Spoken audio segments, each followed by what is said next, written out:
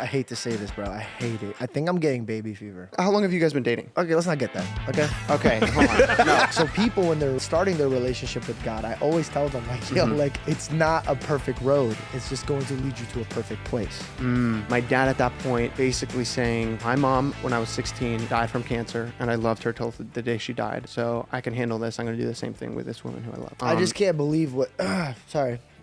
All I keep thinking is, look, what kind of weight was lifted off of her shoulders when she had another human being being like, I get what you're going through, and it's okay, I'm with you. Like, that's crazy to me. All right, we're rolling. Oh, are we? Yeah, we're rolling. This is the real deal. Hold on, let me get into this. I just want to say thank you to the welcome to the George Janko show. Thank you. Thank you for having me, but also welcome to the George Janko show. Thank you. You're welcome. I feel like, before I start, I feel like something's missing. Hello. Yo, welcome back. I don't know. I feel like there's something that was... Oh, that's what it was. My Celsius. Get out of frame. Just needed some of that. Do you see that plug? Do you see that little plug? I saw it. That was impressive. Oh, that's sexual harassment right there. I'm getting arrested for that. Wait, did you feel comfortable about me doing that? Did you just unplug my headphones? No, Did it just go out? Just like... Now your dick's in my face. Now your dick's in my face. How are we feeling? Are we okay? Well, your dick was in my face. Well, you grabbed my ass. So we're front fair. of the whole world. So we're equal. Okay. So if you try to take me to court, it's over with for you. Could you hear me? I can hear you out of one ear. So it's like kind of... Okay, 1 second. We'll be right back. Welcome back, guys. Guys, I'm very excited about this episode. This is Gabriel Conte. He is married to Jess Conte. But before they were the Contes, he was just a little I used to hang out with. I'm so sorry. Listen, my Your wife... audience just went, whoa, what the hell? My wife is Australian. Yeah, I know that's why I use that word. No, because they use that word. That's like an okay word in Australia. Which is crazy. It's like... No, that's why I Australians said it. I wouldn't be just massively disrespectful. No. I'm just saying, like, I went over there and like the words that they use is like... Yeah. It just really whips you back. Yeah. It was Dude, wild. And by the way, that word is just like, it's piercing to the ear. Dude, we gotta... Okay, sorry. We're friends. We have to let the world know because you've been hiding me. You don't share any... You never tell anybody that we're friends. Do you want to know something? Literally one of our last videos that Jess and I posted, we reacted to a bunch of old videos and we reacted to Protein Time that we did together back at the 1600 Vine days. That was such a good... Did you see how many people remade that video? Actually? Oh my God. And they didn't give us credit for it. Which was like, okay. Well, it was your idea. The thing is, it was on my Instagram because I think you posted it on like Facebook or whatever. Yeah. You were posting it on at that time and I was like, are you going to post it on Instagram? And you said no, so I posted it on my Instagram. So we got to show them what that looked like. We like...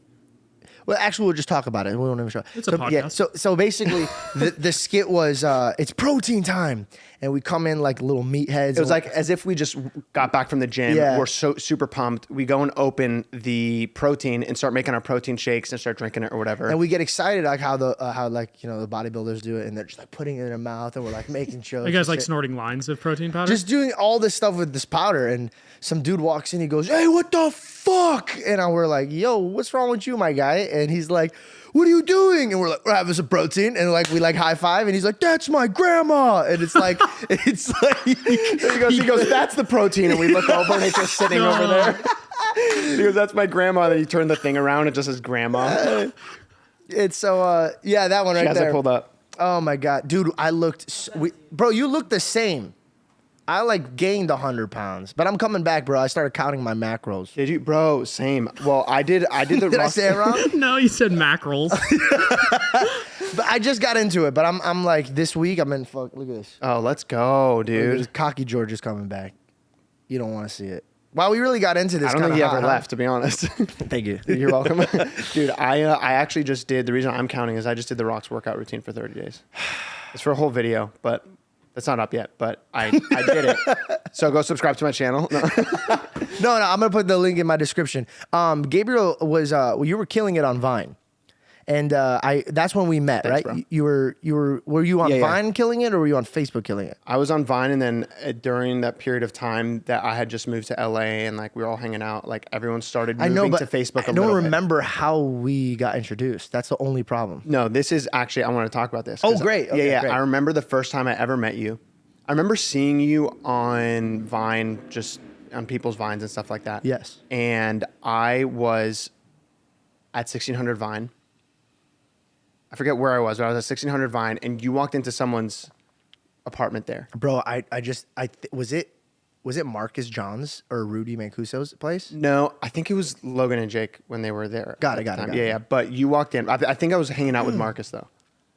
And then I don't know. Everyone was. I guess I remember you guys were friends. I have no idea like what everyone just kind of hung out and Yeah. so I have no idea. Everyone was just kind of hanging out with everyone. Dude, can we just pause for 1 second about how unbelievably crazy was how many people were there?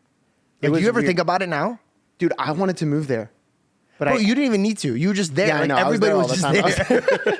It is actually so weird to think about, especially now. Like it's me and Jess are so detached from the social media world and kind of like exist outside of like the mainstream social media bubble a little bit. No, I get that. But also, you guys have a crazy cool audience. Thanks, man. So Appreciate I'm it. very proud of you guys. A lot of people that Thank step you, bro. away from like collaborating with everybody kind of fall off because of like they're not sharing audiences anymore. Yeah, you guys yeah. keep crushing it. Thank you, bro. It's blessings. Appreciate it. But go ahead. I'm sorry. I didn't mean to interrupt you. Yeah, where was I? No. Let's peel it back to. I'm just trying to finish my story. Okay. So we're in Jake and Logan's. Oh yeah. So I don't know, a bunch of people hanging out there. I don't know if we were filming videos or whatever. You can't be walking down like an old school 80s pimp and not make. Can we please pan the camera to my roommate real quick?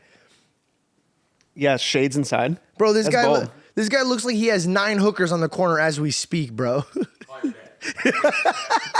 This is Saturday fashion. Oh, I'm so sorry. We keep interrupting you, and it's being rude. Yeah, where was I? Okay, so Yeah. No, Jake and so Logan's- we're hanging out, and I remember you walked in, and someone like introduced you to like, oh, it's this Gabe, and the first thing you said to me stuck in my head, like forever. You go, oh, you're the kid who loves Jesus, right? Yeah. That was the first thing you ever said to me. Yeah, And I was yeah, like, yeah. let's go. And I remember that like stuck in my head because I was like, dang, that I don't know. It was kind of like moving to LA, doing my own thing, not knowing anyone, and then that kind of being the way people knew who I was actually pretty cool. Bro, that is crazy you brought that up because I did not remember that. You didn't? And you know what? I just told my team. I go, if you look me up online, before stand up, before like anything, it goes George Janko Jesus because like I talk really? about him so much. Yeah. And what a blessing, bro. What a blessing. I like people like us that come into this industry, we come into it with the mindset of like, we really love this, but nowhere near how much we love our God. So like if people could see our work and know that it's with God, to me, it's just even a bigger blessing because then I'm not throwing away my values to chase my dreams. So the reason it stuck with you is because it means a lot when somebody says, I identify you because you're the guy that loves God. And like that's a good feeling. And when people come up to me on the street and say that, it makes my heart flicker because I know if it has to make God proud. That I'm like somehow like when people look at me, if they remember God, I might be doing something right. And it just makes me knowing really that your happy. identity is actually tied to what you believe at such like See, a deep level. You're assuming my identity and it's pissing me off. Okay. So you need to We're stop. going there. Okay, this is where it starts coming out. You were doing so good. You were onto such a good thing. Everyone just Dude, no, but okay. So we started hanging out because I was deeply inspired by the way that you kept God in this relationship in this industry, and Thank so you, bro. and it was very hard. I mean, like, dude, I didn't have anybody to hang out with and like discuss ideas and it just felt uncomfortable. Like people assume because I talk about it in my media when people bring it up or like these conversations, they think like behind closed doors, I'm like, open up your Corinthians and like, let's read. But it's like, I really don't. But if you bring it up to me, like I will love to share what I'm happy about. And like, it's just stuff that excites me. And when I hung out with you, I was just always so excited to like talk about God because I didn't get to do that. Yeah. I actually want to bring up something because I was just What? thinking about this the other day. I have a place in Arizona. We go back and forth. Oh, you do? Yeah. I didn't know that. Yeah. I live in Let's Arizona go. more than I do here now. Really? Yeah. I found So is that why you have roommates here now?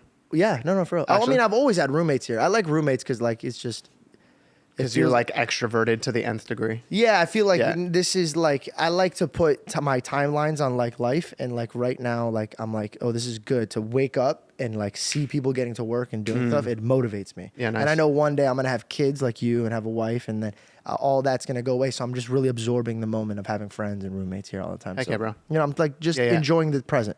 But I wanted to end my lease because I have this really nice apartment in Scottsdale, Arizona. I was about to end the lease. And in Arizona, the pricing difference from LA and Arizona is Oh, massive, it must be wild. Massively That's the different. same. We're in Nashville, Tennessee. And it's just Oh, like, yeah, It's just you're like, yeah, we're chilling. like just outside of Nashville, and it's like, it's crazy. It's a blessing. Yeah. Yeah, It's so amazing. We're sitting there in Arizona. Everything's so clean and beautiful, and like so. I walked this unbelievable apartment, and I was like, "Yo, what's the pricing on this?" And they give me the pricing, and I'm like, "Yo, this is like To buy or to rent? to rent, To rent. So because I'm renting right now until I yeah. find like a house out there." You own this place though, right? Yes, I own Yeah, this yeah, place. nice. And I'm looking around and I'm like, my God. And I just had this flashback because me and Bella are walking our last time in this apartment. And because we've been there for a year and we only wanted to be there for a year.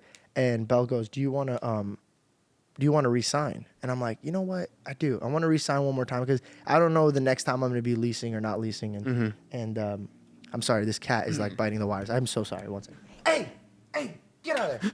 Get out of there. Out. Busted. Sorry. Dude, I didn't know you had a zoo in here. Well, so that's Leonardo DiCaprio, and that is Tommy. And then that's Reed. No. Damn, bro, we just met, dog. Yo, Jessica spit her water out behind you, dude. My God, you got roasted by a Christian influencer, bro. You can't get worse than that. That felt good. Thank you. Yeah, sorry about that, bro. So basically, sorry. Long story short, I had a flashback of when I re-signed, I was looking at how much I was spending a month on there. And the exact number that I was spending was the number that you were spending for your apartment right next to the Warner Brothers. Dude, you know what's so crazy? Where we're staying right now is a hotel across the street from that apartment. No it's way. So bizarre. No way. Yeah. Literally across the Did you street. plan that? Or was it just Jess like random? found one and was like, "Oh, this looks good," and then she booked it, and I was like, "Babe, this is like across the Where street." you guys met? Yeah. Basically, where we had our first kiss, where we met, like the whole thing, like where I picked her up and we went to church together for the first time. She's and like, everything oh yeah, that. no, I remember this. This is why I got it, babe. This is like Yeah. reminiscing and all. She had no idea. But she likes Burbank because of it, so she was looking for a place in Burbank. But like, yeah, it was just like random. Yeah, it's pretty crazy. Anyway, There's a clip that a fan just made, and they sent it to me, and it really hit my heart. And it was basically the story where I talk about me crying to my mom about having like not a nice apartment. And like I grew up and like everything that I had at the caliber of my mind was like, okay, we have nice things. So when I had to move out here and my stuff was like breaking and it wasn't nice, like Yeah. it messed with my mind. And it's a very selfish and like rude thing to think about when you're not thinking clearly. But in the time when I was 21 and I was like looking at it. So I went to your apartment. Hey, cut it. Sit right here and chill. That's it. Okay. So no, leave him because if he comes to sit right here, it'll be cool. Yeah, just be cool, bro. Don't be acting up. He's flexing, dude. Yeah, he's confident today. Anyways, so I went to your apartment and I saw how beautiful it was. I remember everything, bro. How you had your couch with your TV and your kitchen set up with your laundry room. Your yeah, I'm a little OCD. But it was So I just beautiful. keep things But like- it was beautiful, and that's how I dreamt that my first apartment was gonna look like. And the reason why it gave me flashbacks is because my apartment in Arizona that I go to. Bro, I can't even see you. Sorry, get out of here. This cat's tail. Come on, Bobo. Just sit right here. Just chill. Okay, peace. So when I saw your apartment, I was like, man, this is like how I want my apartment. And so I was stuck in my first time in my life where I laid my eyes on another man that had something that I wanted. And this is a big mountain for a lot of people to climb. Because remember, like nobody wakes up being like, oh, I want what that man has. And they feel some type of way. And thank God I've always blessed with the heart that was like, Gabe earned that house. So I was never like jealous and like, why does he have it and not me? I was just confused on why I couldn't have it as well. Yeah. Never wanted to take it away from you, just wanted also for me. And I got on the phone with my mom, and my mom was like, what are you talking about? And I go, yeah, my apartment's a shithole, bro. Like the wall, like the floors are broken, the shower's broken, I can't close my doors, my cabinets, I can't cook in my kitchen. Like I couldn't cook in my kitchen. And she goes, "Are you in LA?" And I go, "Yeah." She goes, "Are you chasing your dreams? Are you doing everything you wanted to do?" And I go, "Yeah." She goes, "No, why are you throwing it in God's face as if it's a curse when you should be kissing that floor, thanking him that you're in that position?" And so I was like, "Okay." And I started cleaning my house like every day, bro. Cleaning my house, cleaning my house, cleaning my house. Like, and I didn't even like it, but I kept telling my God, I'm like, "Oh God, if I do not appreciate this, there's something wrong with me. There's not something wrong with you. Help me appreciate this situation that I'm in." Yeah. And one day, bro, I was like very excited to be here, and it wasn't that I was faking it, bro. Like I kept working at it until I truly believed it in my heart, and then.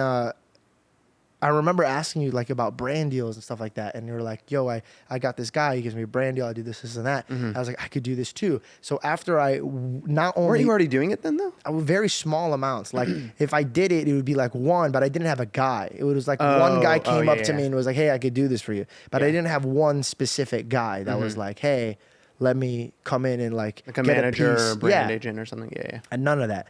And Sorry, I'm coughing, man. I don't know what's going on. yeah, if you keep doing that again, I'm gonna have to like we're gonna wrap this Yeah, up. sorry about it. I'm super jet lagged, so it's just like everything in my body's a mess right now. Yeah. Yeah. I just flew in from Australia like 2 days What a ago. flex. So With his daughter. You're like, son. no, it's my daughter. You got that. You got it right. What's her name? Micaiah. Micaiah. Yeah, she's the best. It's No, this is what everybody says. My No, no, kid's no. the best. Prove it.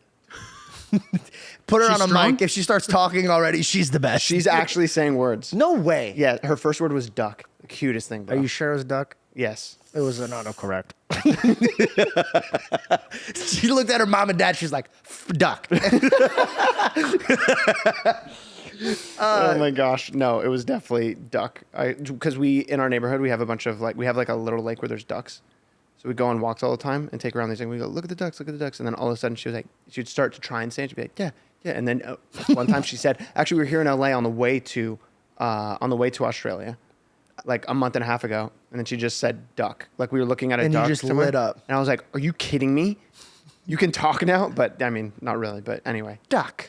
long story short, Are you hungry? Duck. Duck. long story short, my daughter's amazing. Yeah. So I'm going to be honest with you, bro. what? I hate to say this, bro. I hate it. I think I'm getting baby fever.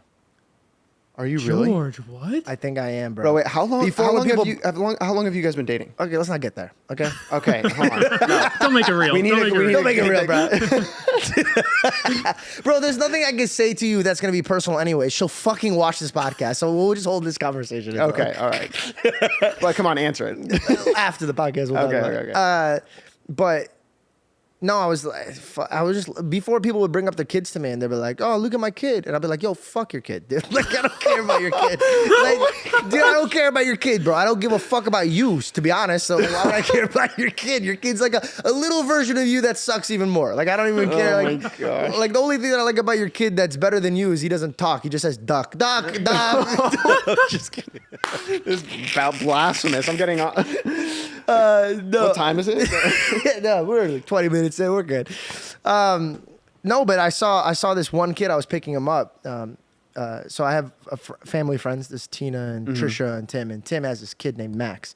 And bro, like I picked this fucking kid up one day at Mexico. Where like I picked him up, and he looked at me, bro, and I was just like, "Oh, I want to hang out with you a little bit more." And then so like I started hanging out with him. He was so quiet and meek, and like he was just so cute. And then he would want to share his toys with me.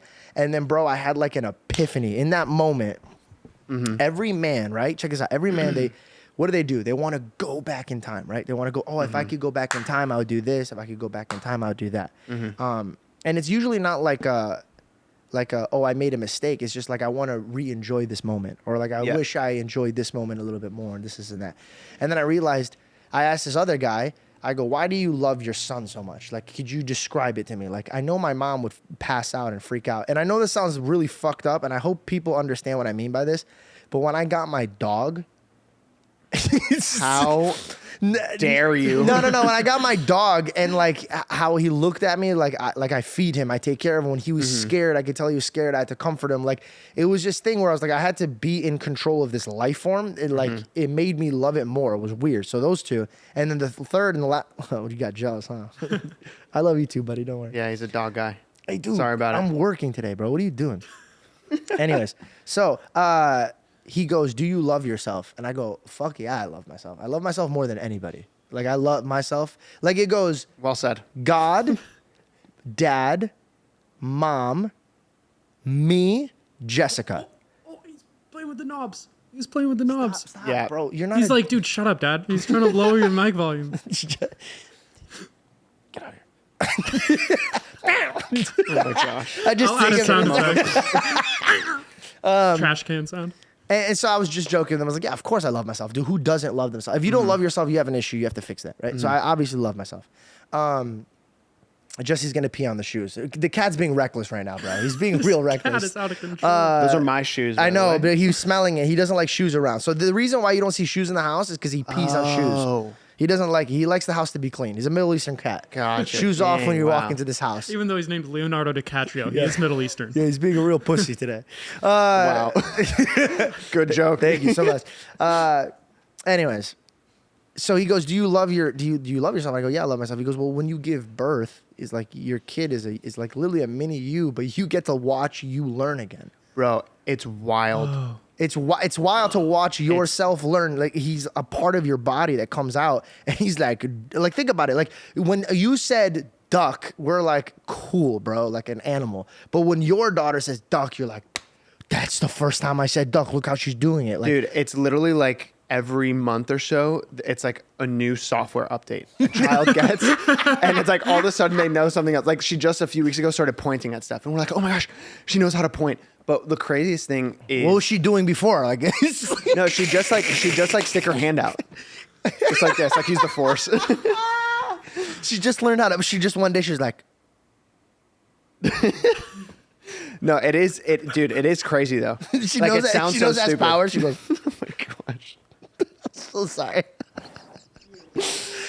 I'm so sorry. I'm so No, sorry. but I think it was Chris Pratt one time. I heard in an interview say about his kid about himself. He became, because he was living this like life where there's a lot of exciting things that was happening in his life, and he was basically saying it's hard for him to feel excited about things because he's so like numb to traveling and movie sets and all these things that are exciting in life and stuff. Fair.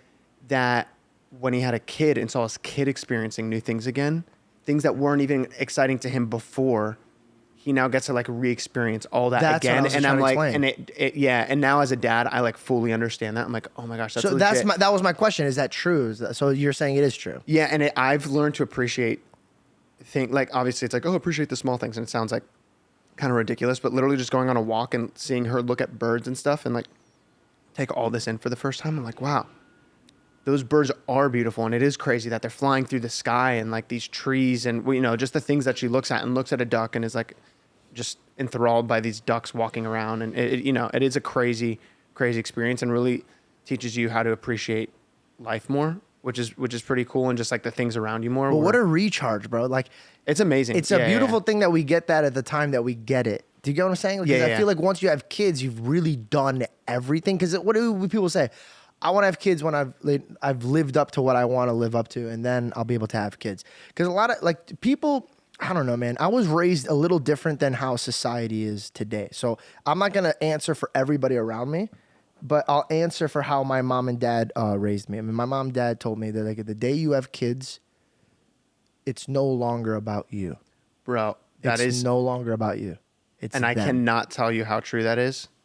Like, your schedule is no longer, you don't base it off of like when you can do things, or what, like for Jess and I, we obviously like make our schedules together and make sure that, but once Makai came into the picture, it all revolves around her naps. Sometimes we can't make it to lunch with people because she needs to take a nap, like stuff like that. That's like, it's so different. But are you ever like getting out of shit that you don't want to go to because your kids? Yeah, sometimes. It's kind of lit, huh? It's kind sometimes of I'm lit. like, oh, sorry, she needs to take a nap. Yeah, she's a nap. Dude, you don't want to see her. Dude, I remember She'll point at you. when I was in Australia, I was on a walk one time, and there was this guy. He was a super friendly guy, and we started talking, but then the conversation started going really long, and I was like, all right, I need to like keep taking my baby on a walk, and he was like super friendly. He's like, do you want to come inside, meet my family? And I was like, in my head, I was like, could be cool, but also like I'm not gonna be responsible for bringing my daughter into this random stranger's house. Yeah, And then all of a no, sudden, that'd like, be yeah. So it was like a terrible little, I was like, parenting, let me man. play it safe. So then I was like, honestly, dude, I got to keep her stimulated, keep her on this walk. And then she has to get back to a nap. Like my wife's waiting for her at the house. So it's like, He's watching this podcast right now with his family. He's like, No. It's all cool. I know the guy. now I do. Because we talked for half an hour. But yeah, I do use that card sometimes. Very rarely though. People get it. Like if you have a kid, you like really understand like, oh my gosh, everything revolves around the kid. I gotta ask you. So, you've done everything kind of like that you've ever wanted to. Oh wait, can I just add one more thing? Oh, a please. random thought that popped in my head when you were talking about having kids. Something that I actually am realizing now is which is like kind of countercultural, but I am a huge advocate now for having kids early, which sounds I know what you're which talking about. sounds a little weird, but having kids early, I have friends who like I think he was like 25 and she was like 22 or 23 when they had their first kid, and then they like finished having kids, And they're still in young. their mid 20s. The kids are gonna be like graduated and out of the house and kind of doing their own thing when they're like 40s, like not like back end of the 40s, like 42, 43, Which is crazy. which is like you're still in your prime. Bro, 40, that's 10 years from where I'm Yeah, at. so it's like you still have, and what life expectancy now is like into your 80s. You still have another Half a 4 life. decades to just like not do whatever, No, but no, like no, no. work on the things you want to work I on and stuff like that. And you million still- percent agree So with you you. have energy to raise your kids when you have energy, and then you still have energy afterwards in your 40s or whatever to do stuff and like work on the things and the other dreams or whatever you have. Yeah, so I'm a huge advocate for having kids young, especially now. That's what I'm gonna tell You my know? kids, to be honest, because I've noticed I've made mistakes in my life, but all of my mistakes I've ever made with career moves or life decisions were just based off of fear. Mm-hmm. Like, for example, what people are asking me, like situations in my personal life, and it was just like I was scared. I was scared Mm-hmm. because my job it's not a regular job, bro. Like, you know what I mean? Like, Yeah. being George Janko is not like, I can't go, if I fail at being George Janko, I can't go to like, hey, Walgreens, hey, I was really good at being George Janko. Like, you know what I mean? Yeah. Like, you can't, it's starting from the scratch is scary. And when I first started this relationship, I was just like, okay, I gotta be super successful, super like ready to go, that I could pay their life off of what I've built. Just in case it doesn't work out for me, they could still have food on the table and opportunities. Yeah. This Yeah, that's cat the is same. like That's the crap. same. Like in Jess and I shoes. That's why. But we that's a invest in fear. real That's a estate fear. and- yeah. And that fear is not warranted, because then what I did is I sinned, right? And a lot of people, I don't talk about this because people always bring this up and they're like, "Why aren't you married?" and stuff like that. Yeah, I get it. I messed up. I'm working on it. We're figuring this out as we speak. I was gonna ask that. Yeah, I mean, but also it's just like now I kind of already tried before. I but already then- fucked up, so now I'm just like, I kept it off of a calendar, and whenever I'm gonna ask her, so it could still be special for her, because I don't want my actions to ruin her surprise. You know what I mean? Because that's still such a special thing for her. But yeah, no, me like not doing that was a fear, and so what I did is then I told God out loud. I go, hey man, I know you have rules and regulations, but I got to make sure that they're coordinating to my like schedule in life off of my fears, not in a disrespectful way, just off of my fears. And anytime I've ever worked out of fear, I've always failed. So I'm just recorrecting my steps. And a lot of people think that they go, oh, like you're having sex without marriage, you're like blah blah blah. Like, yeah, it still affects me. If I'm gonna be open about it, there's times where like me and her won't do it. Like we'll fast, or we'll give it up, and then dude, I'm a dog, so sometimes the dog comes out, you know. But again, it's just my relationship. But I am trying my absolute best. I am working at it. I'm doing the best that I feel like I could be doing, and I feel like that's too intimate to put it out there. If that makes sense. Should I cut think that? so? It's your call. I feel like that's just my relationship stuff. So People I don't like ask yeah, about yeah. it, so people would want to hear, but it's you get to draw the line of your personal Yeah. life. Yeah. If you want to leave it in here, my thing with marriage is like just to like encourage you with like getting married or anything like that is nothing says. Hi, how you doing? Oh my god, that was bad. I was It's like, so funny. How many people do you have here? 1, 2, 3, 4, 5. Yeah. Wait, 5 including you, or like 5 other 5 people? including me. Right? Wow, how big is this place? Yeah. Yeah. There's 4 rooms. 4 bedrooms. 5 of us in the house, yeah. And Bella and Georgia in one room. That's wild, bro. Dang. It is. Nice. And bro, like, I'm not kidding. I swear to God, like, and I mean this, I swear to him, that is all because of him, that when I'm smoking on the patio and I'm looking inside and everybody's playing board games and like having fun and hanging out, I remember the time that I called my mom and be like, Mom, why not me? And now I have 2 homes because I put my faith in God. I was like, I don't care how this works. I know you'll handle it. So these moments, hi, Sim. I love you so much. No, I wanted to talk about. I didn't close the loop. I know, but because it's about marriage. Yeah. I'm closing it for you. No. I have something really important to say. Okay. No. So anyway, anyway, this is more encouragement, I guess. Nothing says that I'm committed to building something incredible with you, family, business, legacy, like, will you marry me? There's something about the commitment level that comes with actual marriage rather than just like co-living or I don't know, whatever you can call it, that the stakes are higher. You know what I mean? It's like having a kid. The stakes are higher. You can't get rid of the kid. There's no, like, you do it and you are now committed to raising this child and there's no backing out. And that's what marriage is like. And it's actually a good thing. Lights a fire under your butt, makes you work harder, makes you work smarter, makes you need to just care for that person more and all the things that you're saying. And not to say that it's like operating out of fear, because obviously there's you know, There's good fear and there's bad fear. fears that can motivate you, but also just in a sense of like wanting to, I don't know, I guess like provide and protect and the things like as a guy that you just kind of instinctually want to do sometimes. That, yeah, anyway, just. So what you're saying is true, bro. And I think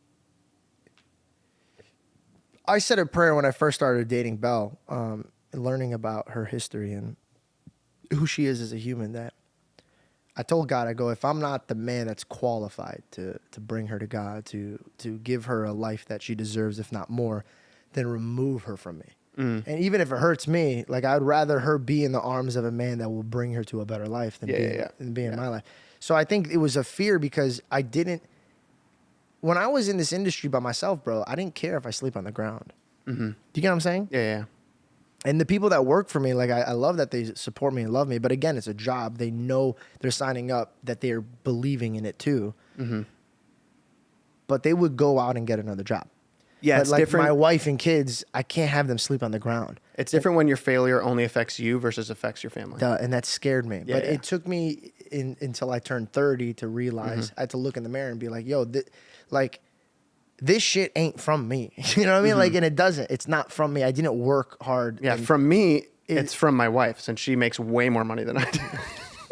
That's what I'm saying, bro. I'm trying to be a Thundercat. Bro, girl influencers, man, it's crazy. Their market is... Wait, hold on. Thank God we're switching it back up because I just started sweating in the back of my neck. Let's bring it back to you. Let's talk about you. Do you put on your girl, bro? Your girl wasn't even in social media.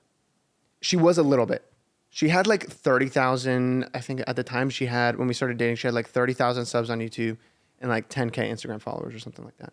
Yeah, but now she's on like a whole different level. Yeah, she's crazy. She crazy. Yeah, she's crazy. Yeah, she crazy. That's my wife, dog. Hey. Yeah, she out here. No. I was like, you know, I don't know. I think I had at the time maybe like 300,000 or 400,000 Instagram followers. And no, bro, you were slaying. No. I wasn't. You were killing it. No. I had like 1.9 million on Vine, but Vine died. I love how he mentions that last. Like, No, but I'm saying like as far as like what's relevant now, I think I had like a few 100,000 subs on YouTube too. So that was like as far as like Instagram and YouTube, like what we do now, that's where I was at. And then she had like, you know, what I just mentioned, 30K and then like 10K or something like that. But then when we started making videos together, she was just growing so fast. Like everyone loved her. because she's authentic. And she's now, authentic, bro. She's like unlike a real me, no. authentic. unlike us. You fake ass. No, but now she's like bigger than me on every platform. It's really cool to see her be so kind of like timid at the beginning, and because she's very introverted too. Very introverted. So it's I thought she didn't like me. oh no, she's just like I dead ass for like a year. I was like, oh, she just doesn't like me. no, she's just I get it. I wouldn't like me either. it takes a while for her to just kind of like click with new people. It's just she needs to like really get to know them first. How did that feel for you? Like, is there's a lot of men that their wives are like they pass them in their career or whatever. Does that affect you? It used to a little bit, not like in like a prideful sense of like I need to be bigger because I'm the guy. More so, in like like within myself, like oh I'm not doing as good as I could because I have someone right next to me who's obviously I can see who's growing faster, and I'm like oh I could be doing that. It's the comparison thing that all of us will deal with in social media where you see someone doing their own thing. And you compare yourself to them. Did it ever spark like fights between you guys? No. There's never fights. It was more so just in myself, just needing to like check myself a lot, being like, the number doesn't matter. Like that's not where your, I guess like identity lies. It does not in my career. Like, yeah, there's parts of my identity that are part of my career, like creativity and storyteller and, all those kind of things, entertainer, but it's not, like I knew if it was really affecting me emotionally, that was a problem with me, not a problem with the situation. Did anybody help you with that? Because that's a very wise point of view. I think it's just growing up in a Christian household and have parents who were really just like same as you, or like reaffirming, or I don't know what the word is, but like reaffirming that your identity is in God and not in the things of the world, if we're going to use Christianese terms. Did she ever like son you? Like you're like, hey, listen, tiny views. I'm going to tell you where I'm going. No. She is. You ever at dinner and she's like, you're cleaning the dishes, bitch. Have you seen my ass sense? No. She's the best. She's the most humble. Like literally, I go, babe, reach out to this brand. They'll give you free clothes. And she's like, no, I just don't want to like ask for free stuff. Like if they give it to me, that's fine, but I'm happy to pay. Like she's that kind of person. And like every other influencer is like reaching out like free stuff here, free stuff, like you're just trying to like mooch off of everything, I would have been very different with you as your wife. I would have roasted you Christian like. I'd have been like, look at your views. Jesus could have raised men from the dead. He could raise your views from the dead.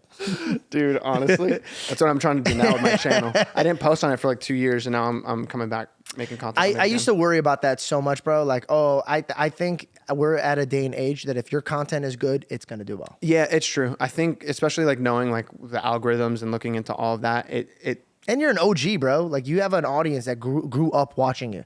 Like you were there from the beginning. Yeah, the good thing about my content is we have, so for across Jess and I, we have the 3 channels. So Jess has her channel, I have my channel, and then and then we have a channel together. Yeah.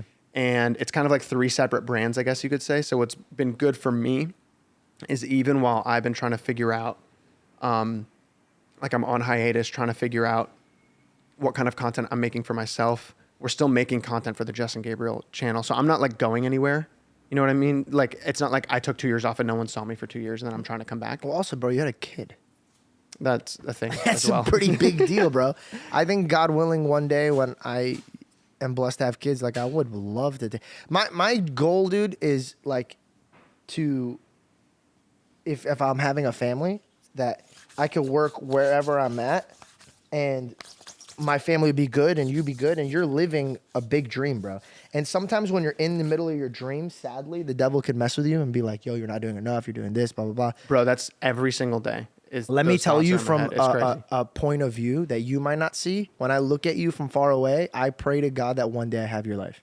Really? So when you're ever alone or like, for real. I thought you were about to hold hands with me. I would. If you're ever feeling like anxious, just remember, bro, like you are living a life that your younger self prayed for. So enjoy it. Enjoy it because you're so scared of the future and it might have even heightened now because you have a beautiful daughter, but don't let it. Nothing you did got you to where you're at today. It was God's blessings. So always trust in him. Just breathe and just keep working. Fast, pray, work. Those are, if you use 3 of these things, you'll never fail, bro. I promise. I want to talk about Welcome to the thank you for watching this podcast, everyone. Thanks for watching, guys. I actually want to tap into one deep thing, bro, because we could cut it if you don't want to talk about it. No, we can talk about it. I have to pee so bad. I drank so much water this morning. Thanks for watching, everybody. Yeah. Thanks for watching, guys. No, I'll be right back. I'll make it quick. Just dropped like 10 pounds. I could dunk a basketball now. Are you still basketball playing? Yeah, actually, in Nashville, we got a crew that every Saturday morning, we're playing basketball. Not that I'm any good, but you know. You never were. Thanks, bro. Bro, I actually you got mad better at me one time playing a game. Probably. Bro, I'm very charge everyone. Bro, I was very competitive, very competitive. Wait, I don't think I got mad at you. No, it was the first time you ever got lit, and What? dude, I'll never forget. You were recording, and I was like, bro, because I'm very competitive, and he didn't care because he's vlogging, so he's like vlogging the game, vlogging his life, he's having a good time. Oh yes. And I don't like to lose, bro, and I'm not losing it to some fucking scrubs. So like. He's so talented at basketball, and he's like more focusing on his vlog. And I'm like, yo, bro, and he's vlogging. I'm like, yo, I don't give a fuck about your vlog, dude. And I'm like yelling at him like this, and he just literally turns the camera off. He goes, "You ruined my day." Like, did I say that? Yeah, you ruined my day, and you ruined my vlog. I don't want to do this anymore. And I was like, Gabe, I was like, bro, I'm sorry. I just like, and he was like, I don't care. And you put the camera away, and I was like, bro, we're not fighting. It was like our first little argument. I was like, bro, come on. And he's like, no, don't worry. Don't worry about me. Don't worry about me. I'll focus. And I was like, okay. And then the next day he calls me. He's like, yo, bro, look at this. And he sent me a clip. And it's literally a voiceover. You're like, you ever play basketball? George is a little mad. And you literally cut the audio. And you just show me going like. Oh my Like gosh. this. I remember Yes. this. What? That is so funny. What the heck, dude? I remember did not- that because I felt so bad. I was like, oh my God, I yelled at him. That's I hilarious. yelled at him. Dude, I I'm honestly way miss too that competitive. though. I miss that. Dude, I feel like I've gotten more competitive. Good. Now, yeah, like when I play basketball, dude, this is the thing is I wish I was better at basketball because for someone who like never played basketball growing up, I feel like I'm decent. Oh, you never played basketball growing up? No, because I wrestled my whole life. Oh, you are a wrestler. Yeah, my family, I wrestled for 10 years, 6 to 16 years old. And in my family is if you're a dude, you wrestle. That's it. If you're a dude, you wrestle. And there's three, it's me and my three siblings, but three of us I have one sister. My two other brothers. Did she wrestle? No, she didn't. What did she do? She did gymnastics for a bit, but Was then she allowed to wrestle?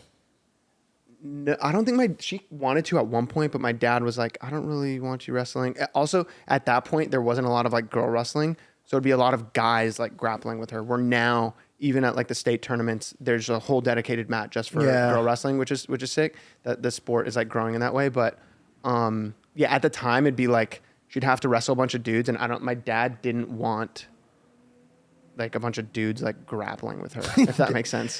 They're like, yo, you want to go a few rounds? And Dad's like, Yeah. no, I don't want her to go a few rounds. And my sister's like gorgeous too, so it's like guys would The be like, fuck, "You want to bro? wrestle?" I was single for 10 years being your friend. You know okay, she's 21. How old is she now? 21. I can. Yeah, that when we were hanging out, she was like 14. So that would have been weird if I was trying to set you up with my 14-year-old sister. It would have been Hollywood, but like. Okay, anyway, back to the wow. Okay, Leonardo DiCaprio. Oh, nice. See the cat? Yeah, but it's there you go. Catrio. Catria. Okay, whoops, said it wrong. Okay, I want to. Wait, hold on, rewind though. I didn't finish.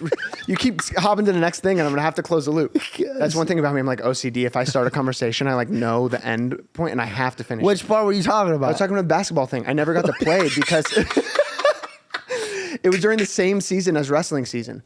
So I had to wrestle, and I played basketball for 1 year in third grade. And I was like really good. They bumped me up to the fourth and fifth graders. It was sick, like whatever. But then my dad took me out again and put me back in wrestling. Well, did you ever tell Dad that you wanted to? Oh yeah, dude. I wrote him a letter one time, and I was like, no. Because my dad was like, he's Is your probably dad like your strict? dad, like very like it was like scared to go to your dad kind of thing. And I was like, I didn't know how to like say it to him, so I started writing him a letter. Then he walked in on me writing the letter, and he like stood over my shoulder and read it. And then I was like crying to him, like, Dad, I just want to wrestle. And I was like, What did you say to this? he was like, I have to keep in wrestling. No way. Yep. No way. You're. Yep. I'm so sorry for laughing. No. It's funny now. So funny. 10-year-old me wasn't laughing. 10-year-old kids crying, Dad, I don't want to fight people anymore. I just want to pass the ball. And your dad's watching you cry like, son, I totally understand what you're saying, but no. No, I didn't have that, bro. My dad was this is the best way that I can explain my dad. When I quit college and my grades were bad, he walked into my room, he threw the grades on the ground, and goes, what the fuck is this? Oh, really? Oh, yeah, he was about to beat the fuck out of me. And I just like got mad and I go, I don't want to fucking do this. And I flipped my music keyboards and stuff. I flipped the desk and broke it. And I ran into out of the apartment because we were in the apartment at the time. Ran out of the apartment, went to the pool, and I'm crying. And I just hear like little flip flops, like.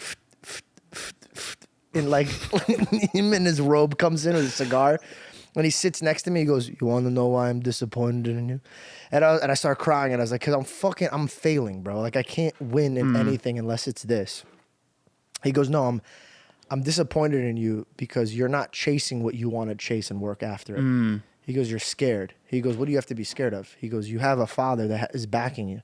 He goes, "Like nobody has this." He goes, "It's very hard to have a father that supports you." He goes, "Go and do it."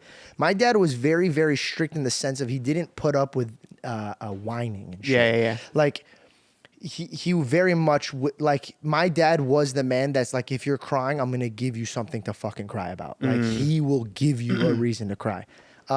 If I wanted to perform and write music, I still have the microphone here till this day. I keep it just to look at it. It was the Bluebird microphone. If anybody in like the record recording industry is that records, a Bluebird microphone at the time was like $300. The recording industry that records. Yeah, That was good. sorry, I'm getting so distracted because everybody's doing something back there. What are you guys doing? I'm sorry, I have to eat some. My back is just. Reed's back is. Dude, I've never seen. going out. He was doing. Dude, the he's doing Cobra stretches over stretch. here. I I'm know. looking at him stretching. You kept I'm like, looking over there, and I'm like looking at the floor, and he's like he stretches on the floor. I'm like, all right, I guess. dude, so I got distracted because I've never seen him do the dog or whatever the fuck it's called. cobra. The cobra? It's called the cobra. And this cat keeps fucking buying the wires.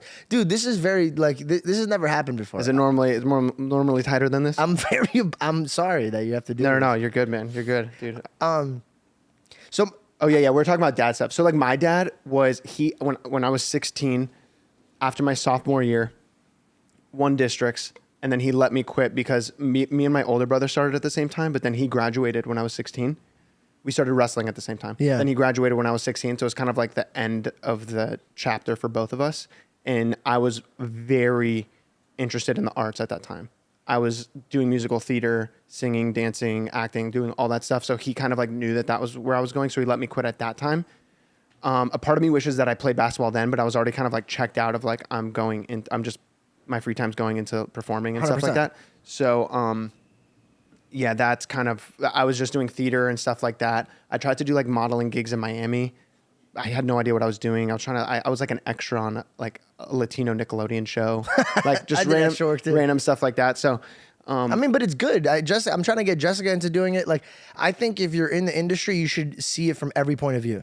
And yeah, learn. even just having those few experiences on a set that were like, nothing compared to what I was able to do here in LA. Just But like it random made you stuff. warmed up. Like Yeah. warmed up You to like that. understood what the MO was. Did you like being an extra?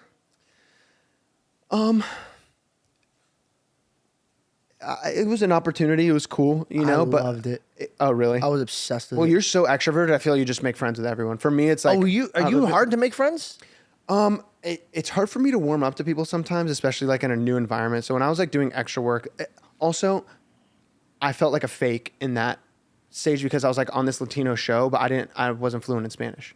But I look You Latino. don't have no lines. You're an extra. Yeah, no, I know, but then like all the people are talking in Spanish on set, and I couldn't like fully keep up. So that was like one thing like that. But like, give me a week on a set, and by the end of the week, then I'm like super warmed up with everyone. Then I'll be super extroverted and whatever. But it's like I'm not like you can walk into a room and just be best friends with everyone like in a second. We're like that's not. For me, I feel like I have to warm up a little bit. That's just like It was did you see the movie that I was in by any chance? was it The scary one? I didn't see the whole thing. I saw like scenes and stuff though. So that was like the biggest project I was ever on. Yeah. And every cast member on it was like fucking in Black Panther, Yeah, like whatever. They it's were sick. huge actors. I remember when you were telling me about it. I was like, no way. And then I was like looking it up before it even came out. I was like, this is wild, dude. They wanted somebody else for my role, and I begged them for my role, bro. I told them, I was like, you don't have to pay me anything. Like, I'll do this, I'll do that. And I finally got to a point where I could be on the set. And bro, the second day or third day of shooting, I found out it's Will's birthday. Will's the director. Fucking. I hired magicians. I hired magicians to every time he yelled cut, they would run up to him and do a trick. Dude, And then the director, that's the most producer comes George into Janko thing. to my trailer. They're like, "Listen, bro, we love you." Oh But my like, gosh, this bro. is some shit that you can't do on set. And I said, okay, well, I paid for this already. So, and it's his birthday. I go, can we at least hold it off until like we bust out the cake and then we'll like I'll have them all stand there like, yeah, but like when he was shooting, like just no magicians, dude. Oh my And then the gosh, director and producer turn around, they're like, by the way, I think that's the first time on set I've ever asked somebody. Dude, what made you just like thought of it? But you said you found out on the day. So on the day, you figured out how to hire magicians day of and get them to set. No, Or you it was knew the his third day. So like on the first day, they told me they're like, hey, in 2 days it's gonna be what's his name's birthday. So they gave you lead time. Yeah. But That's hilarious. They were bro. expecting me to be like, hey, Will, happy birthday. Yeah. And Here's a cupcake. No, Yeah. no, I just got like the craziest magicians. Until this day, he hits me up and he's like, bro, that was fucking funny. That was Dude, cool. that is the funniest freaking thing. Honestly, dude, that should be a scene from a movie. I think, dude, oh my God. I have so many stories. Like, God willing, one day I'll get to write about my life. Because, like, the things that I didn't get to show is, like, one time I went to an audition. Do you remember when the hoverboards were a thing? Oh my gosh, dude. Walked into Wow, it. you're bringing back. That's like a deep cut. I walked into an audition on it. And I didn't know when you walk into a room, I thought this is my first or second audition, bro. So I walk in and there's a fucking 100 of me's that look like me. Yeah. So I walk in with the hoverboard and I'm riding it and then all of them look up and they're all fucking me, bro. They're not fucking me, but like they're all looking like me. So I'm watching myself and like a Persian and a Mexican and a white guy that looks like me looking at me like, what is that thing? Because it just came out. Yeah. And so I was like, oh yeah, And they're called everyone at 1600 Vine had that. everybody. Every single everybody. person. But like when you're on the street, when you first had them, like people are like, what the fuck are those? Yeah. So then these rooms, for people that don't know what auditionings are, you're basically going up against everybody in that room. And how I thought of it is, and again, I think of it as this. When I walk in this room, I pray that God doesn't just give me the role, he gives whoever deserves this role. So if somebody's financially tight right now, if somebody needs this role, if this is their last chance, their parents paid all of their money to. So I walk into every situation being like, it's going to be mine if it's meant to be mine. Yeah. So I walked in and I'm like already lit. Everybody's like sitting there shaking, reading their lines. And one kid just took one kid to be like, hey man, what is that thing? And I go, you want to try it? I'll help you. And bro, the casting director comes out and there's a line of me's. Oh my. But I'm you're holding holding their it? hands. Dude, so the girl goes, what the fuck is going on? And I go, oh, they're just like, and I didn't know that this is like a no-no. Yeah, And I was like, yeah. oh, they're trying the hoverboard. She goes, oh, this is yours, huh? And I was like, yeah. She goes, okay, you're next.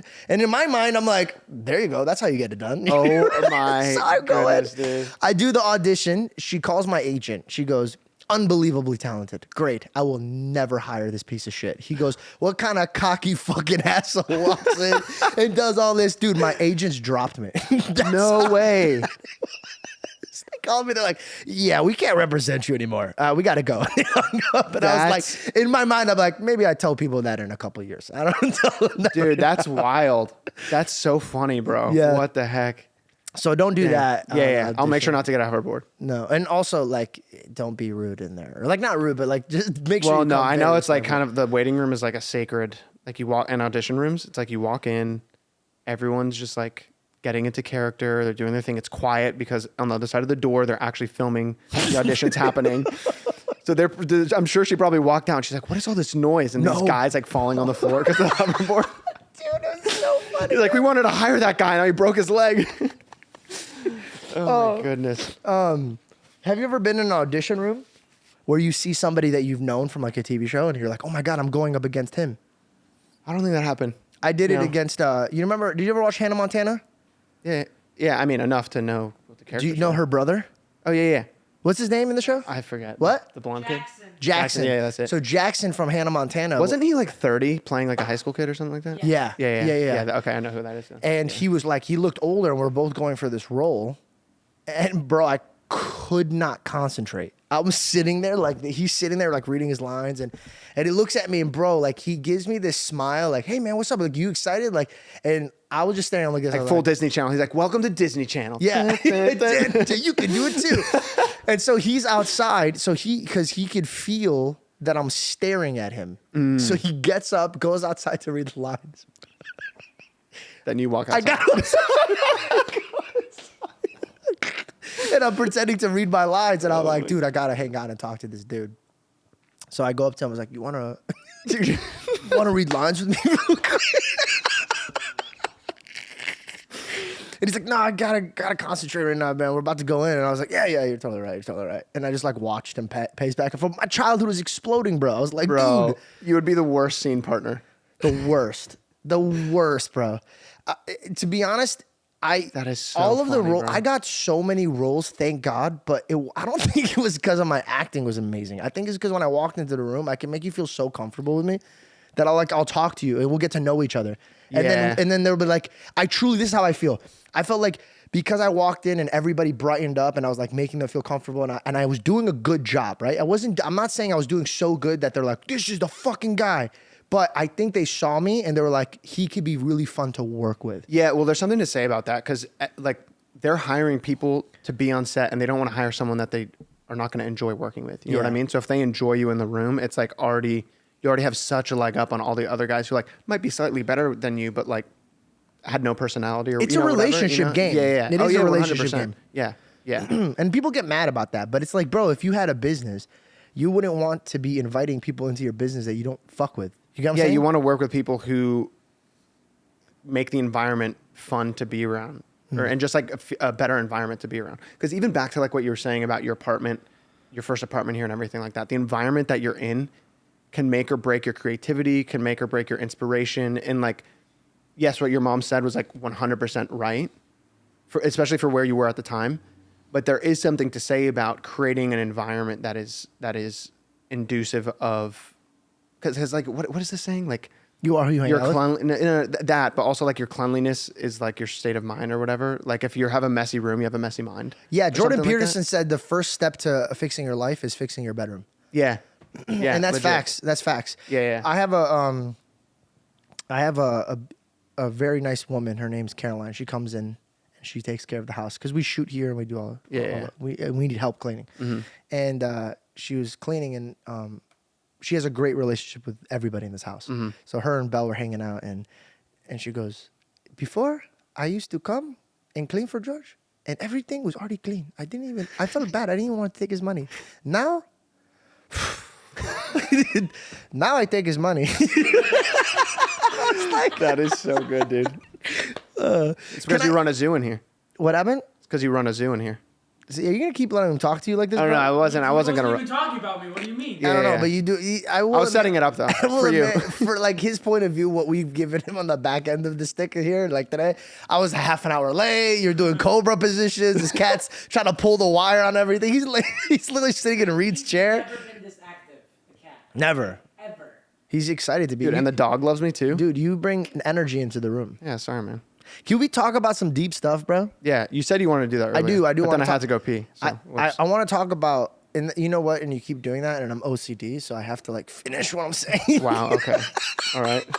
No, I see how it is. It's fine. When It's I fine, looked whatever. at you, I was like, How much time are we at right now? Oh, we're over an hour. yeah. Yeah. I could cut you off right now, bro, and keep it moving, bro. All right. But I don't. Then go ask your deep question. I missed hanging out with you, by the I way. miss Just wanna hanging out let with you, know. bro. Thank It's always good. I'm glad to see that you're doing really, really well. Thank you, man. Anyway, back to the deep stuff.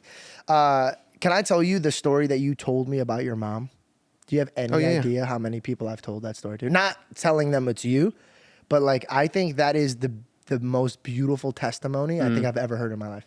Like I truly think of like there's so many times where I really do like I choke up thinking about it because the way you told me, I don't know, man. It was like something that when I heard it, I was like, my God, what kind of faith does this woman work off of? And where could I be in my life? Yeah. Is it something you're comfortable sharing? I know you made a video Yeah. about it. Yeah. Dude, I had released a book last year. The whole story's in there. Jessica, go grab his book. Actually, I put it on it's right there on the, yeah, I grabbed it out and I forgot, to be honest. I literally put it out to not forget. Did you read it? Not a page. I knew you wouldn't. I'm just kidding. I read the whole thing. Did you bro. actually? Yeah, do chapter 1. The whole Duh. chapter 1. Or the whole thing, all of chapter 1. No, the whole book was about your like relationship with God and your industry that you're in. Yeah, it's like the whole basically my life, but it goes through like certain stories and then kind of like what I've learned through them.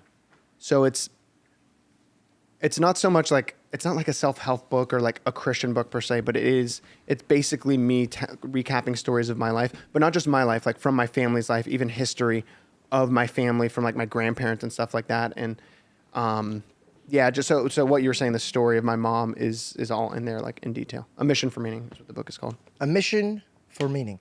I didn't even know we were going to talk about my book on here. I want to, because this is a great book, and it's something that people need to read when they're going through turbulence, and they need to know how to get out of it. Yeah. And I want to open it up from where I believe the faith was a mustard seed that blew up to be something beautiful, and I believe that had to be your mother. If I had a point of view on it. I would love for you to tell the story. Yeah. I would tell the story, but I feel like I don't want to mess it up. Yeah, no, you're good. So basically, Wait, hold on 1 second. Jess? Jess? Where did she go? No, it's okay. Just let her up. I wanted her to hear the story from you, but she reviews every pod. Oh, okay, cool. But I always tell her this story, and I wanted her really? to hear it from you. Yeah, I don't even remember how much I would have told you. Because that would have been years ago. I literally remember it verbatim how you said it. Like, I remember... You want to just tell it for me? No, okay, I remember okay. the locations. Where? I remember when she was at the gym. I remember, like... Dang, that's crazy. I remember like when you told it to me, I truly don't think there was a day that I didn't think about it. Wow. It was something that really just, because I looked at you and I was like, where does this man's faith come from? Because like when you see somebody that has that type of faith, you're like that. Like usually when a man has that type of faith, they've had an obstacle that God had to show them, like some type of mercy where they're just like opened about it. But please go ahead. Yeah. So, I mean, I guess the mercy that I was shown specifically is like I shouldn't have been born. So I'll just, I guess, start there, then rewind a bunch. Yeah. Me and my siblings shouldn't have been born. So my mom, before she met my dad, she was in a previous relationship, and then my dad was also married before as well. And in these separate relationships, my mom ended up contracting HIV. So this was like early 90s or whatever. Yeah. I'm not sure exactly when she contracted it, whether it was like back end of the 80s or early 90s, but around then. And then my dad had, in his previous marriage, he actually had an abortion of his first child. And fast forward a bit, my mom finds out that she got HIV from her previous relationship, the guy who she was with, and just like was basically like, my life is over. And if you don't know, HIV is the virus that leads to AIDS. So in the early 90s, this was just like, you're gonna die. Yeah. Is basically what it was. It's a big deal now. Back then, when the doctor, God forbid, gave you that news, it's a death sentence. Yeah. In the family's eyes. She was given 10 years to live back then. And her life was over, basically. She was like, I'm no longer, no one's going to love me. I'm not going to be part of a family. I am not going to be able How to old live. was she? Mid-20s? I gotta- 20s, around our age. I wanna just take a second, like, really think about this when you're in your 20s. Like, when you're in your 20s, You think you're all invincible. You think about is the future and like what you're gonna bring, and imagine being like, oh, 20s is all you got. Like it. That's the real problems. Yeah. I feel like nowadays societies, when they get problems, they over exaggerate it. People need problems now. This was a problem. This is something that it was literally soul crushing. Yeah, crazy. And she's trying to figure it out. Like, meeting God in the process wasn't really, her parents were Catholic, so she was kind of reciting these prayers that her mom gave her and things like that. And she ends up meeting my dad. They were both personal training at the time, and they kick it off. Their relationship starts progressing, and she has to, at some point, ends up telling him like, "Hey, I need to tell you something. You're not going to want to be with me, but this is what it is." Spills the beans, tells her about, or she tells him about HIV that she has and the whole thing. And my dad at that point was basically saying to himself, my mom, when I was 16, died from cancer, and I loved her till the day she died. So I can handle this. I'm going to do the same thing with this woman who I love, which is wild. And they're both not like full believers at the time, I guess you could say. So they're just, I don't know. It was like God's kind of like protecting them during this whole thing, or like giving them these I just can't believe what. Sorry. Yeah, it's crazy. Sorry, Man. fuck. I get. All I keep thinking is local kind of weight was lifted off of her shoulders when she had another human being being like, I get what you're going through, and it's okay. I'm with you. Like that's crazy to me. Yeah. Yeah. 'Cause, It's like, wild. bro, think about it. Think about falling in love with somebody and like, You're saying I have a limited time with you. not only that I have a Yeah. limited time, but it's kind of like, and I don't mean to be disrespectful, but it's kind of like a plague. Like, I don't even know if you want to be involved in Yeah, this. yeah, bro. yeah, Like, yeah, exactly. It's like you're releasing this side of you that you're so ashamed of and so scared of. And the person goes, it's okay. I love you regardless. We'll handle this together. Bro, that alone is like, Yeah, it's crazy. It's crazy. So that happens. They end up getting pregnant, which is the last thing, especially at the time, last thing you want to do if you have HIV. yeah, because it's in the bloodstream. Yeah, with my older brother. He was like a year and a few months older than me. So my parents are trying to figure out, they're like, what do we do? They have no idea. Like, they're trying to get advice from people, family members, doctors. And, you know, the advice that they're getting at the time is like, you need to abort the baby because they're more likely than not going to come out with HIV. And they're trying to figure it out. Man, she's been getting hit with some punches. Yeah. They're trying to figure it out. And my dad is, and I forget exactly where this falls on the timeline. In my book, it's all there chronologically. So my dad, at one point through like all this, has like opened up a Bible that I think one of his sisters gave it to him, but he opened up a Bible that he had, and he started reading it, and he's like, "This is ridiculous. This is stupid. This means whatever." He throws it back in his nightstand, you know, or in the drawer or whatever. And that night, he has a dream, and I mentioned that his mom passed when he was 16. This was the first time he had a dream about his mom since forever. Basically, this is the first time like he saw his mom again. Yeah. Since she passed. And in the dream, he is with his older brother working, like renovating a kitchen. So he has a tool belt on and is in the kitchen doing work in this kitchen. Outside of the kitchen window, he can see across the street, and he sees his mom walking into the church that's across the street. So he freaks out. He's like, "Oh my gosh, Mom, I haven't seen you in your..." So he takes his tool belt off, puts it on the counter, runs out the door, goes to his mom, goes, "Mom, I haven't seen you in so long. How are you doing? This is crazy." Like, you know, just like freaking out. And his mom just goes, "You need to turn around, go back, and keep doing what you were doing." So he goes back, puts a tool belt back on, and keeps working again. And that was basically the way he kind of like interpreted what was happening. And obviously it's like through his mom in the dream, but like God speaking to him was, you picked up this tool belt, the Bible, and you need to keep reading it. You know, she said, "Keep doing what you're doing." And in the dream, he put his tool belt back on. And it was like that same time that he like opened up the Bible and was like, "This is ridiculous," and threw it away. And then he had the dream saying like, "Keep doing what you're doing." So anyway, that was like one of the things that got him in this like quest for finding his faith. And then come this situation with my mom. They're pregnant with my older brother. And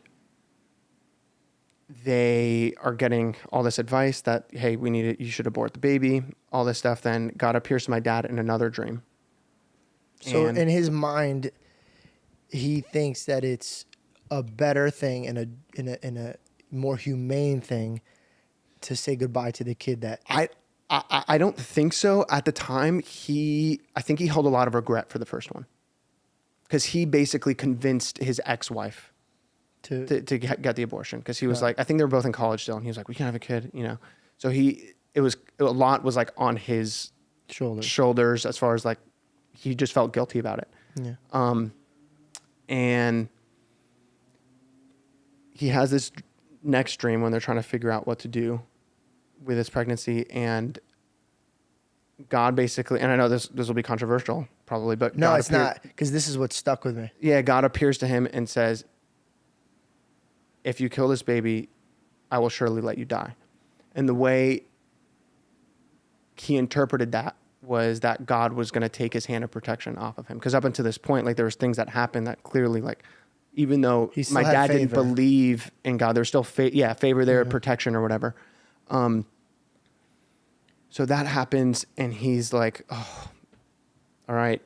Talk to my mom about it, and they come to the decision that they're going to just have faith to keep this baby and pray that the baby is healthy. And they end up getting married, like 7 months before my brother was born. My dad's freaking out, gets plastered the night of their wedding, just like he's falling apart. Yeah, basically. And which, by the way, can I just pin this? Yeah. How merciful is this whole situation? He was going down a wrong path. God showed him mercy in him. Mm-hmm. And now he's starting walking down the right path. Mm-hmm. But I want to highlight this. He was still falling apart. Mm-hmm. And this is what I need people to understand. When you're walking the direction God wants you to walk, they expect perfection. No. But it's you. Yeah. You're falling apart more and more and more. And that's what faith is. Mm-hmm. You're trusting. When you give it to the Lord, I tell people, when you give the Lord your problems, give him everything.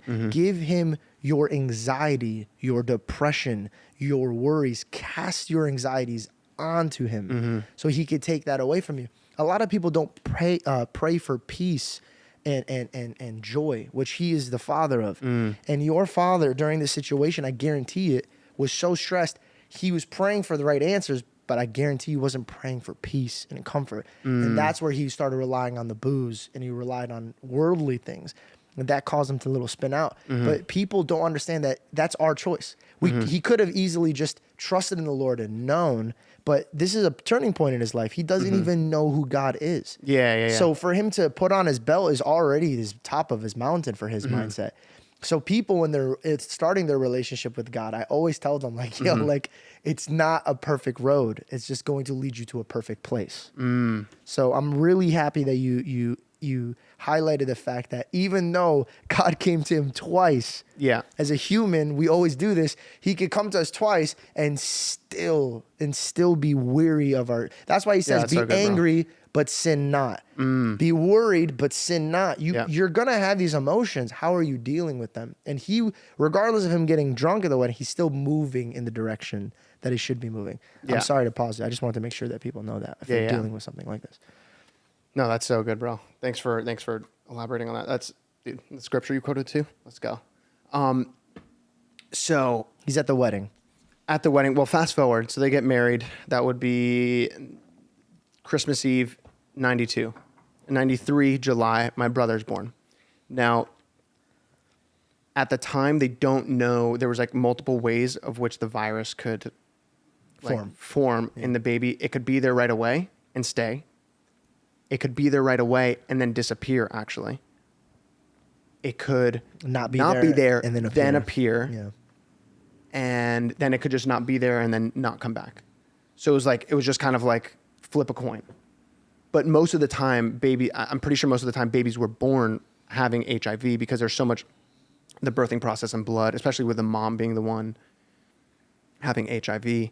Like the likelihood that the baby was going to have HIV was pretty high. Well, they're not going to tell her to abort it if it's not a high risk. Yeah. Especially back in the day, because remember, technology and science move. And this is back when it wasn't too long when the Queen passed away from AIDS. So this is at the highest level. Yeah, exactly. Of it. All of this, I think my mom had just heard that. Was it a basketball player, Magic Johnson? Did he have HIV? Yeah. Yeah. He still does. Yeah. Not anymore. That's a conspiracy. But let's just get back into this. Anyway, she heard that he had HIV and was like, there's just like so much news and craziness about HIV and people getting it and people passing from it and all that stuff and dying from AIDS and everything. So they opt to not, the way that they would know for certain that the babies would have or not have the virus would be when the babies are 2 years old. And by the time they turn 2, it would be there for sure and then stay, or it wouldn't be there and like disappear or whatever, however it would end up happening. So they're like, all right, let's just wait till he's 2. But then they get pregnant with me. Not that long after, like a few months, because I was only born 15 months after my brother. So then they're like, all right, we're pregnant with a second one. Let's just wait till he's 2. Then we'll test them both. In the meantime, just have faith that this is going to work out. And then we end up being fully HIV free 2 years later. Then down the road, my younger sister and my younger brother born, we're all HIV free. My dad has not gotten HIV since then. And my mom now is like 30 years past when she first received that 10-year death sentence. So yeah, the whole story is like amazing, and God just completely transformed. I got this like 1964 tattoo right here. Just both my parents were born in 64. So it was kind of like, I don't know, there's something special about my parents really being the first generation that God radically transformed, and it completely changed That's the why I legacy called of her our the family. mustard seed, bro. Yeah. I called her the mustard seed.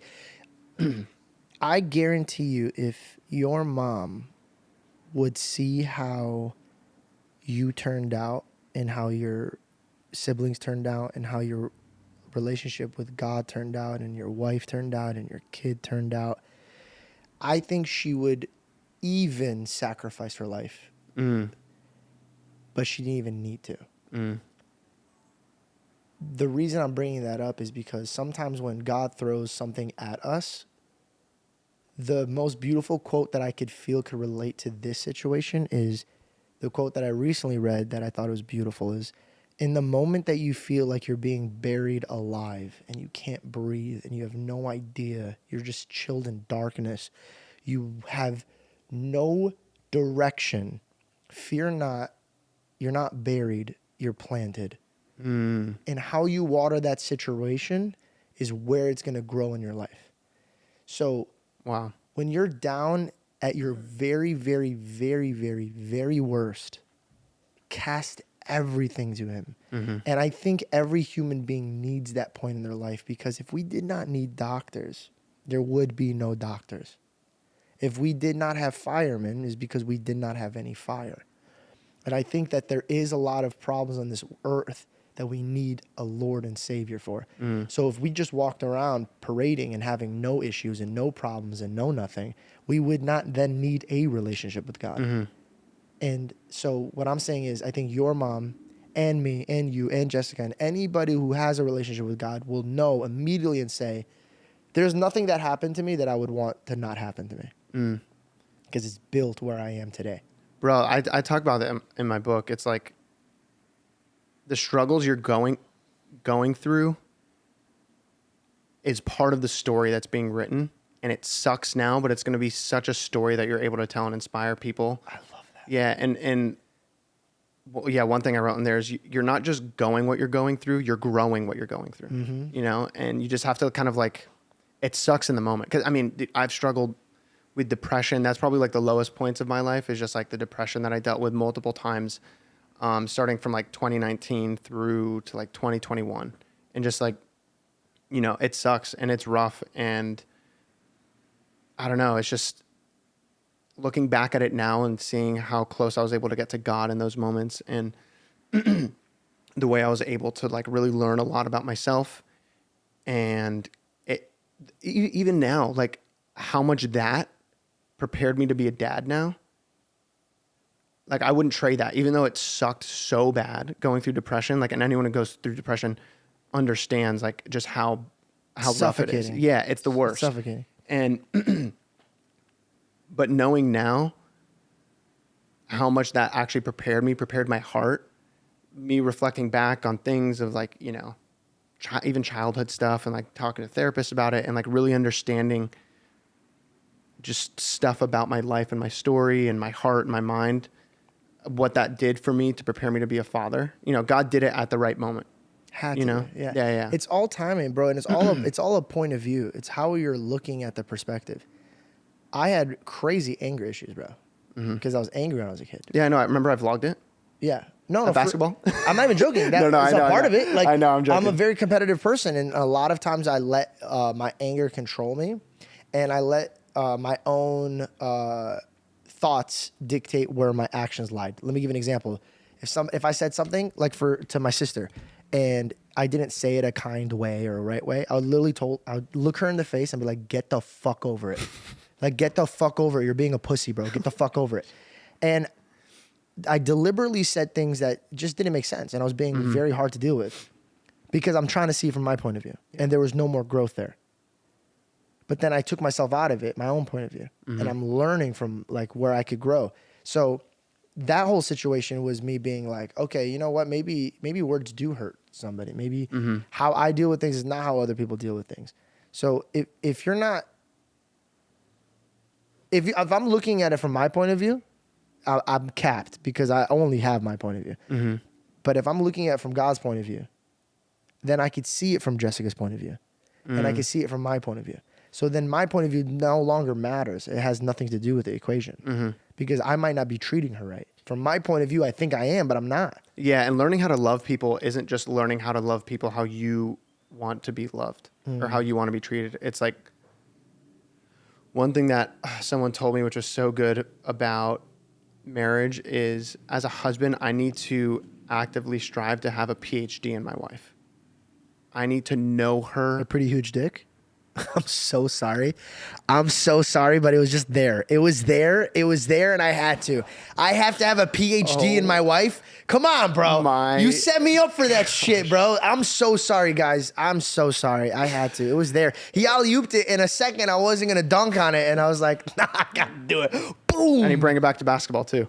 I'm so sorry. Okay. I'm so sorry. That was so Anyway, you bad. need to learn about your wife. I'm just going to keep going. You need to learn about your wife in such a deep way to really understand her that you know how to treat her best the way she needs to be treated and the way she needs to be loved rather than how you think she needs to be loved, if that makes sense. 100%. You know what I mean? Love your wife like your church. Love your woman like your church. And I really do feel this. Like again, you say it's controversial. A lot of people are going to disagree with me, but to be honest, the way the world is shaping what is right and wrong, I don't give a fuck what the world is telling me is right. Yeah. So this is how I feel like it works. A relationship will not stand if it's divided.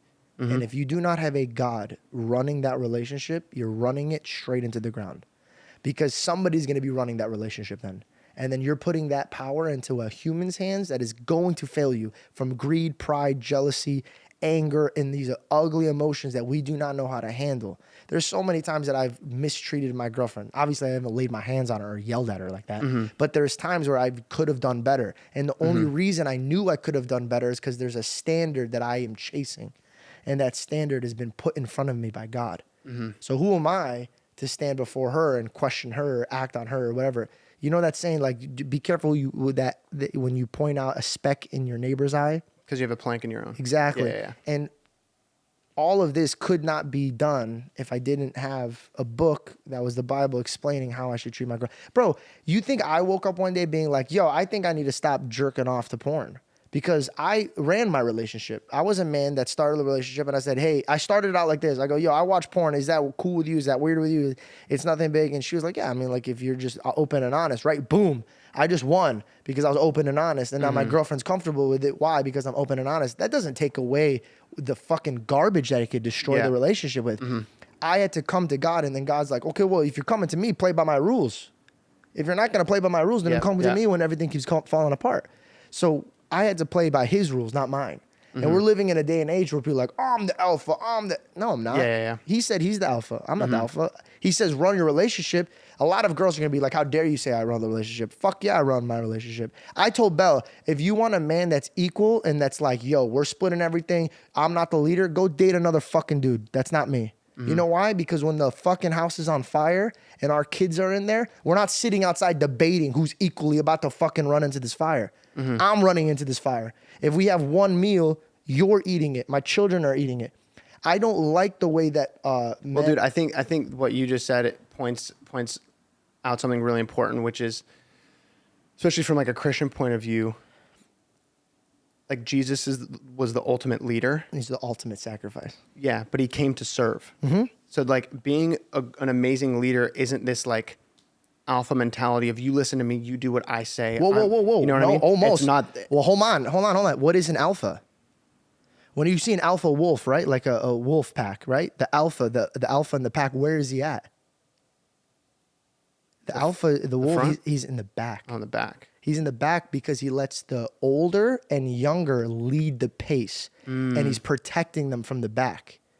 But we think alpha, like everybody else nowadays, you're like, I'm the leader. Well, it's the way the world thinks of alpha. But that's not the real definition of alpha. But and essentially my point that I'm saying is like, as a leader, And it comes to business and all these things. Like if you're leading a company, if you can get down on the bottom level and serve the people who are there, who's like your employees, in the same way it goes the same with family. Like, yeah, you're a leader, but you need to be a leader who makes it so easy for someone to want to actually follow you because you're serving them too. You know what I mean? This. Yeah. That's a true leader. When there's a leader in the relationship, this is how I see it. I told Belle, I am the leader of this relationship, right? But that means I have to deal with a lot more sacrifice. And if something happened between our relationship, God's not coming to her to condemn her. He's coming to me. I get the responsibilities. If me and Belle opened up a monogamous relationship where it's like, we could bring other people involved, or we could have this, because this is what happens with the world. When you give yourself your own limits, you could go and do everything you want. Yeah, as long as everyone's okay with it. As long as everything's okay with it, but there's no structure. I love how you were saying it's like by the playbook. There's a playbook you go back to. Bro. Yeah. When you're a leader, just know you're going to eat the most damage. And the prayer that I've been praying lately, because I think 10 years into who I've built myself as a man to be, I've now taken the position of leadership. And all I keep asking God now is to take my ego and pride and plunge it to death. Like, I don't want it. Because as a leader, you have to really put your ego and pride away. And the more that I put myself lower and lower and lower and lower, the more God can then take me and put me up and place me where I should be. But the most that I keep trying to climb it in my own way, in my own circumstance, in my own point of view, in my own rules, I'm just not only beating myself up, but now I'm beating up everybody that I claim I'm leading. And if I'm leading them to hell, that's on me, bro. That's not on them. That's on me. Yeah. Sorry, we got real deep in this. Yeah, that got... I'm just like pouring out my heart now. Bro, I know. That was so good, though. Thank you. Bro, let's go. What a good conversation, man. I always love talking We gotta to you. like figure out, because dapping up is like the most. Dude, I know. It's... Well, because you have the mic in the way. Yeah, just... I'm like, he can reach me, and then you're like putting the mic in there. I have an arm right here. I How guess far are we in? I want to hold on.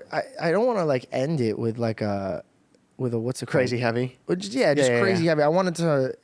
I wrote something in my notes that I was like, find love, throw his weapon. Okay, I got one. What? It might be a little. Nah, actually, I'm not gonna do that one. That was like way too deep. What? Oh, is it another deep? You want to steer away from deep stuff, right? Okay, I got one. Fuck Okay. it. I'll bring this up. All This right. is a really deep one though. But I figured out the problem. Not figured it out, but I was just pondering it. For example, Andrew Tate and Donald Trump, right? I find these two people. Let's go. They're very controversial right now, but I'm just gonna bring this up. And I just want. And by the way, this is just an opinion, and I would love to open it up for the world and read comments to see how they feel about this. But there are some things that Donald Trump does and say, and there's some things that Andrew Tate does and say that I'm like, wow, thank God that there's somebody in this platform talking this way.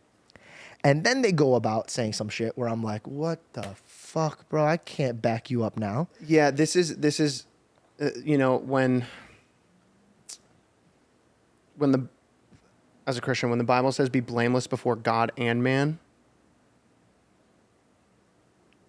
there's a stand, like in your heart, it's like, yeah, you can be blameless before God if your heart's in the right place about certain things, whatever. And then also Jesus died on the cross for us. So it's like, we're made new every morning, we're forgiven. But then be blameless before man kind of calls us to live to a certain standard.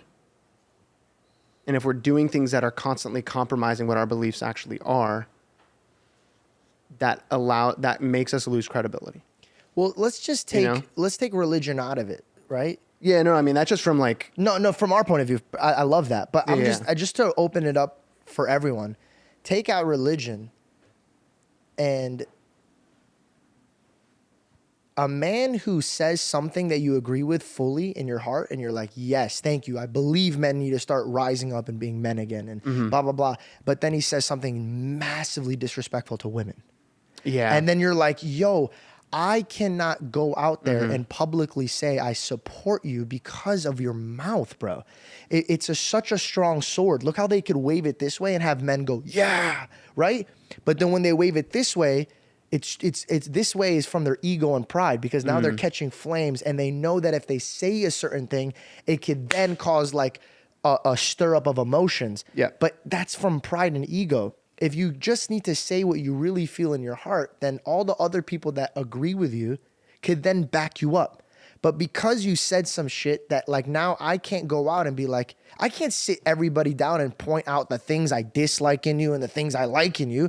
Who you are is representing you. Therefore, if I'm supporting you, like a relationship, if my girlfriend is the best woman in the world, right? She has great morals. She's a great woman. She loves her family. She provides. She takes care of me. But when she's on media, she's half naked, posting crazy shit. Her reflection now doesn't show who she is. So then I now am embarrassed because I'm like, babe, you're not really representing yourself in a good way. Yeah. I can't support you because then your actions online is respect. Like now I'm supporting that. This is where I feel when people are publicly speaking, they have to be calm and meek. And they can't let their emotions get in their way, because I think a lot of the things that Andrew said or Donald said could have literally, if they just stopped certain things, they would have a lot more people being able to go support them. If that makes any sense. You guys get where I'm coming from? It does make sense. But dude, there's also the other side of it that like we live in a rage media for clicks and views. I thing. think the truth will always come out though. I think parading stupidity things, I think there's a majority of people that could calmly get together in a peaceful way being like, hey guys, that's not okay. But because we're so quick to be like, that's not okay because Dude, you guys this are is such a fucking deep- idiot and blah, blah, blah. This is such a deep conversation when we talk about, because then you're getting into, like, I was just hearing someone talk about this. Social media right now, the generation that's coming up, I don't want to like put a whole generation on blast, but like, there's obviously a difference when someone has grown up staring at a screen to this thing that has made you addicted your whole life. And now it's coming out that there's stuff that happens in your brain that actually mimics legit addiction, whether it's to alcohol or whatever. There's like, your brain reacts in a similar way because the phone is made in a way, it's made like a slot machine. You refresh the thing, you're pulling the lever down, refresh the thing, and something new appears for the next dopamine rush, just like the freaking slot machine. So we're trusting kids with this from the age of what, 5, 6, 7, 8, with this addiction device. And it has caused, not that I'm an expert on this in any way. I'm just, vomiting what things that I've looked up and heard and stuff.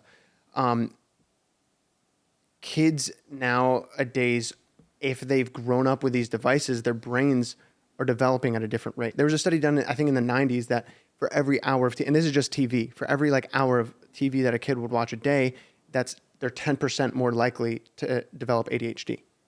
And it's like in the same way, there's going to be those same sort of things, except probably more dramatic with phones and stuff like that. Yeah. And now that causes obviously everyone has such a short attention span.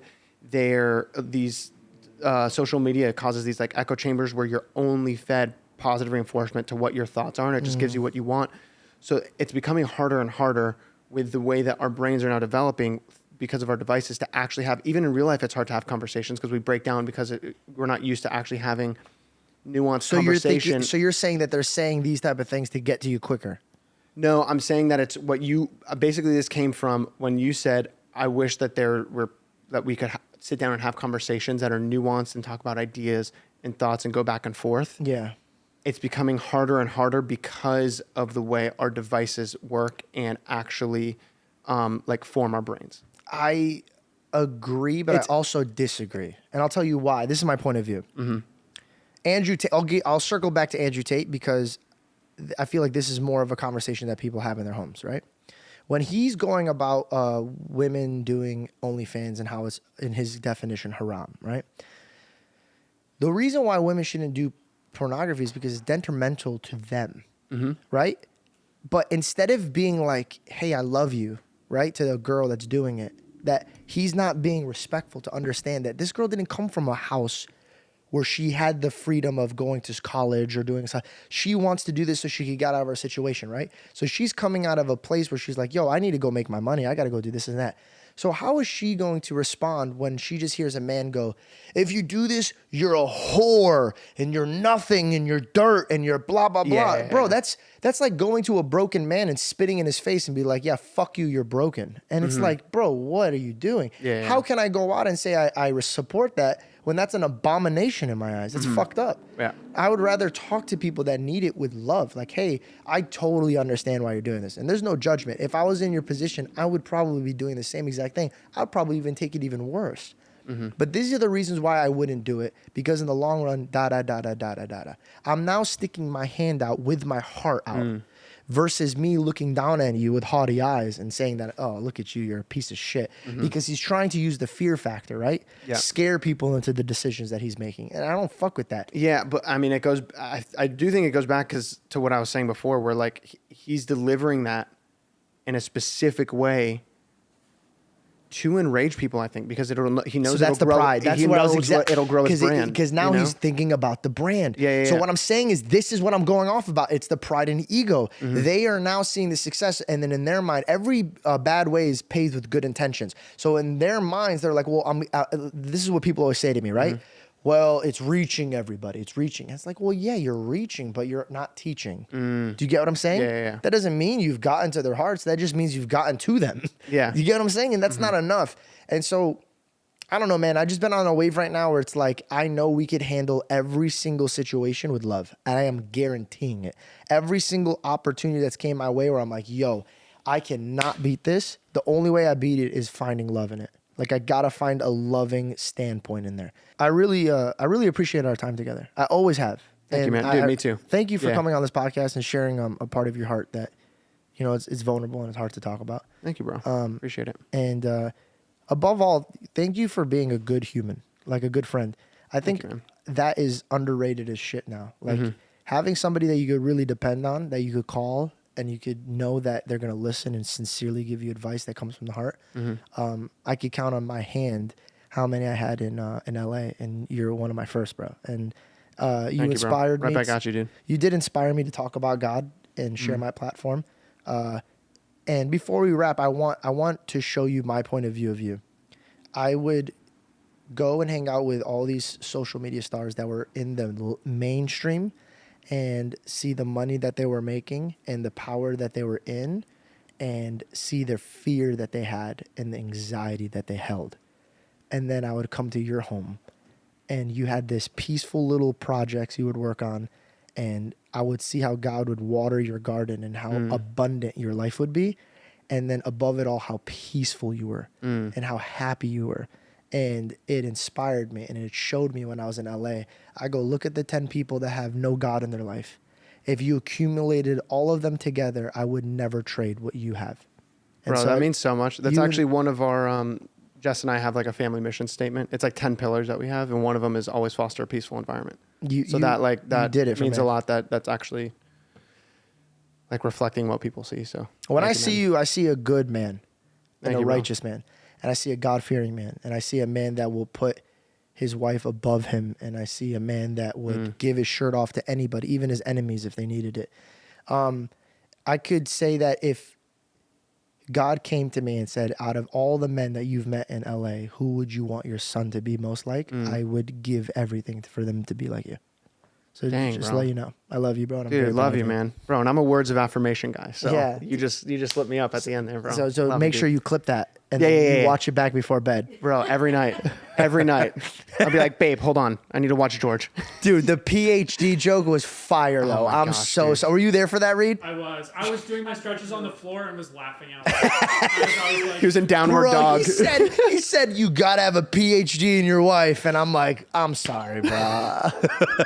All right, thanks for watching, guys. Like and subscribe. You're watching the #1 podcast. Oh no, you're not. That was the old show I was on. You're watching my show now, and my dog's going crazy, and my cat's unplugging wires. I'll see you guys. You're next watching time. your #1 podcast. Oh, Let's go, baby. You're watching God's #1.